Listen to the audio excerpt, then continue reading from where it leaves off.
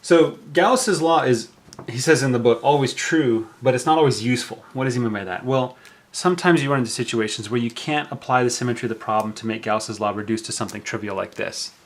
And there's really only 3 cases that he lists, and if you could think of any more, I'd be more than happy to hear it. Only 3 cases where you have enough symmetry that you can reduce Gauss's law to something simple. So one is spherical symmetry, as we've already seen.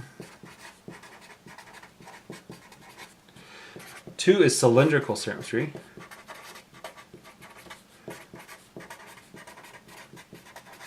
And 3 is plane symmetry. It has an either. So what do these look like? Well, you've seen the spherical one, so we draw a sphere, you know, and then we enclose that with a sphere that is centered on that sphere. That's the Gaussian surface we use. For the cylindrical symmetry, we have an infinite long tube, or a line, and then we enclose that with a cylinder. And as long as it's long enough, we're not going to have any of the flux flowing out the sides. So that means that the flux is going to be pretty easy to calculate.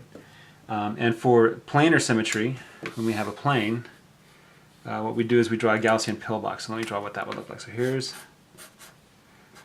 the box, and it goes through the plane and out the other end.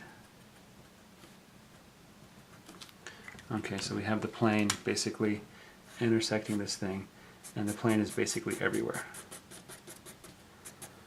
Okay, now you don't ever encounter infinitely long lines or infinitely long surfaces in real life, but as long as you stay away from the edges, Gauss's law will pretty much hold true. So that's the 3 kinds of symmetry that we would use to apply Gauss's law.